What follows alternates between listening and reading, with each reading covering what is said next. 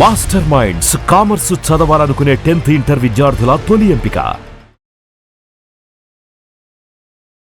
నమస్కారం అమ్మా. నమస్తే అమ్మా. అలానే ఈ మధ్య మనం చూస్తున్నవి ఏంటంటే భర్త చనిపోతే కొన్ని సంవత్సరాలు ఆగి పిల్లల కోసం అని చెప్పేసి పెళ్లిళ్ళు చేసుకునే వాళ్ళు ఉంటారు.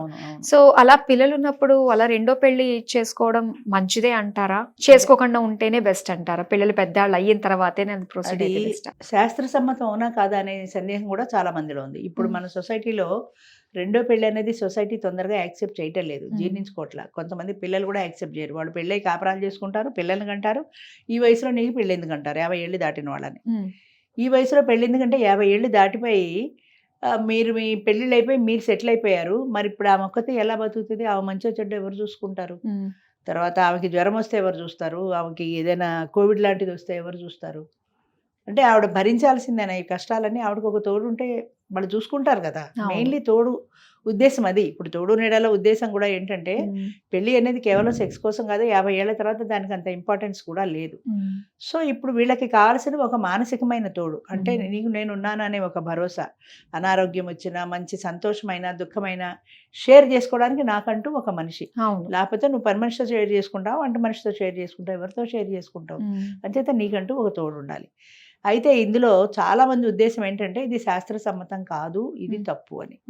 ఇది శాస్త్ర సమ్మతమే, నేను ఖచ్చితంగా చెప్తున్నాను. ఎందుకంటే మనం మనుధర్మ శాస్త్రాన్ని పాటించడం మనకు అలవాటు. అది ఎప్పుడో త్రేతాయుగం నాటి మనుధర్మ శాస్త్రాన్ని కలియుగంలో కూడా మనం పాటిస్తున్నాం.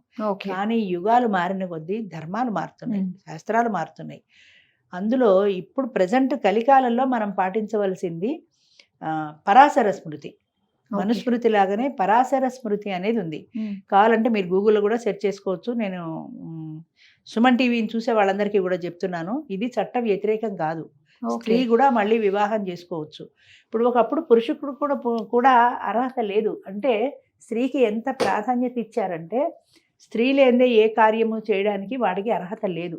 ఇప్పుడు రామాయణం చూసుకుంటే సీతాదేవి లేకపోతే ఒక బంగారు సీతను పక్కన పెట్టు చేశాడు.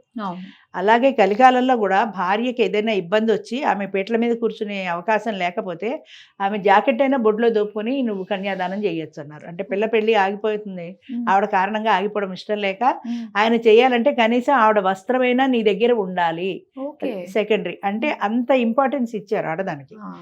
అలాగే ఇప్పుడు అది కాలం మారుతున్న కొద్దీ, ధర్మాలు మారుతున్న కొద్దీ మనుధర్మం పోయి ఇప్పుడు పరాశర స్మృతి అనేది వచ్చింది. పరాశర స్మృతిలో 5 సందర్భాల్లో స్త్రీ వివాహం చేసుకోవచ్చు.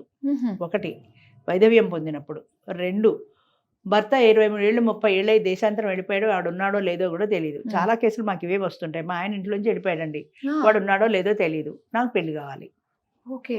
ఇప్పుడు ఆవిడకి మీరు పెళ్లి చేశాక నా కర్మం కొద్దీ 30 ఏళ్ల తర్వాత వాడు వచ్చాడు అనుకో, గ్యారంటీ లేదు కదా.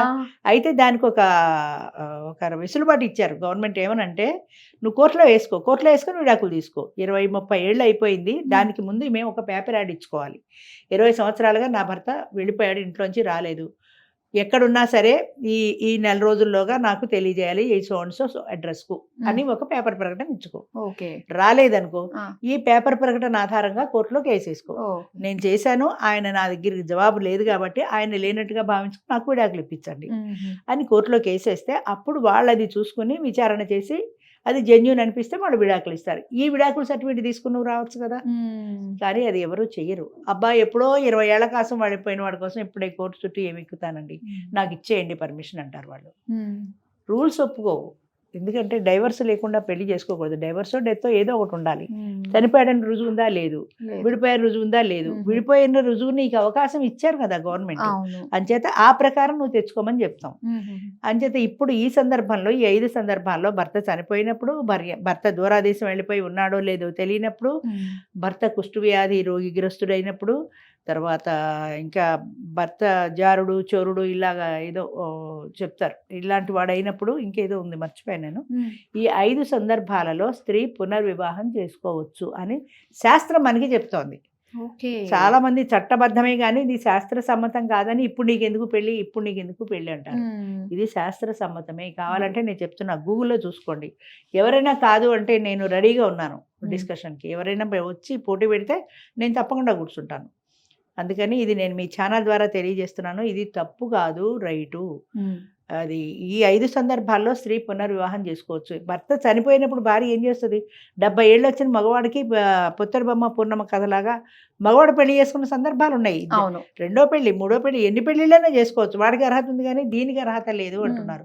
దీనికి కూడా ఈ సందర్భాల్లో అర్హత ఉన్నది అని నేను చెప్తున్నాను. ఓకే. అంచేత నేను చేసే ఈ తోడు నీడ కార్యక్రమం కూడా శాస్త్ర సంబంధమైంది కానీ చట్ట వ్యతిరేకమైనది కాదు, శాస్త్ర వ్యతిరేకమైనది కాదు.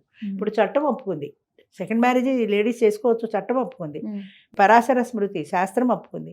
ఇంకా ఏది ఒప్పుకోలేదని ఇంతమంది వ్యతిరేకిస్తున్నారు ఇప్పటికీ స్టిల్. నీకు పెళ్ళి ఎందుకు? వాళ్ళ మైండ్ సెట్ అంతే. మైండ్ సెట్ నీకు ఎందుకు పెళ్లి, ఈ పెళ్ళాన్ని నీ పక్కన కూర్చోబెట్టి నీకు పెళ్ళి ఎందుకు అని అడుగుతున్నాడు. నీ పెళ్ళ నీ పక్కన ఉంది కాబట్టి నీ బాధ తెలియదు కదా, ఆవిడ బాధ నీకేం తెలుసు? అవును. నేను ఎప్పుడు అదే చెప్తాను, ఎవరైనా ఇప్పుడు ఆవిడకి బాగాలేదంటే మీరు వెళ్ళి సేవ చేస్తారా? మీరు చేస్తారా? మీ పెళ్ళాన్ని చేస్తారా 10 రోజులు ఉండి? ఎవరు చేయరు కదా. ఆవిడకి ఏదో ఆపరేషన్ అవుతుంది, హాస్పిటల్లో అడ్మిట్ అవ్వాల్సి వస్తుంది, ఎవరు చేస్తారు? పిల్లలందరూ పెళ్ళిళ్ళు అయిపోయి ఎక్కడో అమెరికాలో సెటిల్ అయిపోయారు. వాళ్ళు ఉన్న పళ్ళంగా ఒకదానికి 2 రోజులకి రాలేరు వాళ్ళు. మరి ఆవిడ ఏమైపోవాలి? అదెందుకు ఆలోచించరు? మేమున్నాగా, మేమంతా లేవా? మీరంతా ఎక్కడున్నారు? రాత్రి పగలు మీరందరూ ఉన్నారా? రాత్రి పగలు ఉండే ఒక తోడు కావాలి ఆవిడకి. అది కేవలం భర్తకి మాత్రమే సాధ్యం. నువ్వు పని మనిషిని పెట్టుకో, వంట మనిషిని పెట్టుకో, ఎవరిని పెట్టుకో, వాళ్ళకి ఇంత బాధ్యత కూడా ఉండదు. ఎంతమందిని పెట్టుకున్నా వాళ్ళు గురుగొట్టి నిద్ర అవుతుంటారు. ఒకవేళ నైట్ కూడా నువ్వు పెట్టుకున్నా కూడా వాళ్ళు గురుగొట్టి నిద్రపోతారు. ఇంత బాధ్యత లేదు. మా అమ్మగారు బెడ్ రిడెన్ పేషెంట్, ఆవిడ పెరాలిటిక్ పేషెంట్. ఒక బెడ్ సైడ్ అసిస్టెంట్ని పెట్టాము ఆవిడని చూసుకోవడానికి. అది టీవీకి తోచదు కదా వాళ్ళకి, టీవీ సీరియల్ చూస్తుంది. ఈవిడ బాత్రూమ్కి వెళ్ళాల్సి వచ్చింది. నేను బాత్రూమ్కి వెళ్ళాలి మొర్రోని, ఆవిడ అక్కడ అరుస్తోంది. ఇది సీరియల్ పోతుందని ఆగండి తీసుకెళ్తా నా సీరియల్ చూస్తుంది. అదే మన మనుషులు అయితే అలా చేయరు కదా, సీరియల్ ముఖ్యం కాదు వాళ్ళకి. అంచేత అలా వేరే మనిషిని నువ్వు పెయిడ్ అసిస్టెంట్ని పెట్టుకున్నా కూడా అంత బాధ్యత వహించరు. నా అన్న రిలేషన్ వాళ్ళకు ఉండదు. నీ మనిషి అన్న ఒక బాండింగ్ ఉండదు, లవ్ ఉండదు, ఎఫెక్షన్ ఉండదు. నీ మనిషి అన్నప్పుడు నీకు ఒక బాండింగ్ ఉంటుంది, పిలవగానే పరిగెత్తుకుంటూ వెళ్తావు. అంచేత ఒక తోడు అనేది కావాలి. కానీ ఏ ఏజ్ లో ఉన్నా ఒక రిటైర్మెంట్ ఏజ్ వచ్చేసరికి మాత్రం తోడు నీడ అన్నది ఖచ్చితంగా ఉండి తప్పనిసరిగా కావాలి. ఎందుకంటే చిన్న వయసులో అమ్మ యంగ్ ఏజ్ లో 25-30 ఏళ్ల వయసులో సింగిల్ గా బ్రతకగలుగుతారు. ఎందుకంటే సొసైటీలో వాళ్ళకి చాలా అవకాశాలు ఉన్నాయి. సినిమాలకు వెళ్ళొచ్చు, షికార్లకు వెళ్ళొచ్చు, కాఫీ డేకి వెళ్ళొచ్చు, లేకపోతే ఏదో బుక్స్ చదువుకోవచ్చు, కొంతమంది ఫ్రెండ్స్తో కాలక్షేపం టూర్లు వెళ్ళచ్చు, ఇన్ని చేస్తారు. అయితే 60 ఏళ్ళు దాటిన తర్వాత సొసైటీతో వీళ్ళ రిలేషన్ తగ్గుతూ వస్తుంది. ఇది నేను అనుభవం మీద కూడా చెప్తున్నాను. సొసైటీలో వీళ్ళకు ఉండే సర్కిల్ తగ్గిపోతుంది. ఇదివరకు ఫ్రెండ్ సర్కిల్ ఉండదు, ఇప్పుడు తగ్గిపోతారు. బంధువులు తగ్గిపోతారు, మిత్రులు తగ్గిపోతారు. ఇక వీళ్ళ కాలక్షేపం ఎలా? ఇంట్లో ఉన్న మనిషి లేదు, ఎంతసేపు పేపర్ చదువుతారు, ఎంతసేపు టీవీ చూస్తారు? వాళ్ళకంటూ ఒక మనిషి ఉండాలి కదా. అలాంటప్పుడు 60 ఏళ్ళు దాటుతున్న కొద్దీ కూడా ఒక మనిషి మానసికమైన తోడు వాళ్ళకి చాలా అవసరం. అంచేత అలాంటప్పుడు ఈ తోడు నీడ ద్వారా ఎవరైనా ఒక జంట కలిస్తే హ్యాపీగా వాళ్ళు కాలక్షేపం చేసుకుంటారు. అందుకని ఇది చట్ట సమ్మతమే, శాస్త్ర సమ్మతమే. సమ్మతించింది మన మైండ్ ఒక్కటే. దాన్ని మనం సమాధానం పెట్టుకోగలిగితే హ్యాపీగా ఉండొచ్చు. ఎన్నో జంటలు సెటిల్ అవుతాయి. అంచేత ఇది చాలా మంచిగా వస్తుందమ్మా. ఇది శాస్త్ర సమ్మతం. కావాలంటే గూగుల్లో సెర్చ్ చేసుకోమని చెప్తున్నాను. కాదు అని ఎవరైనా అంటే నేను డిస్కస్ చేయడానికి రెడీగా ఉన్నాను. శాస్త్రీయంగా ఉంది కాబట్టి మనకి పెద్దలు కూడా చెప్పారు కాబట్టి యాక్సెప్ట్ చేస్తారు కాబట్టి. అదే అందుకనే చెప్తున్నా, అవి కాలాలు మారుతున్న కొద్దీ ధర్మాలు మారుతుంటాయి. ఇప్పుడు రాముడి కాలంలో ఏకపత్ని వ్రతులు, కృష్ణుడి కాలంలో అష్టభార్యలు. తరాలు మారిన కొద్దీ అంటే అది యుగాలు మారిన కొద్దీ ధర్మాలు మారుతూ వస్తాయి. చేత కలికాలంలో కూడా ధర్మాలు మారుతున్నాయి. చాలా చక్కగా వివరించినందుకు ధన్యవాదాలమ్మా. Thank you.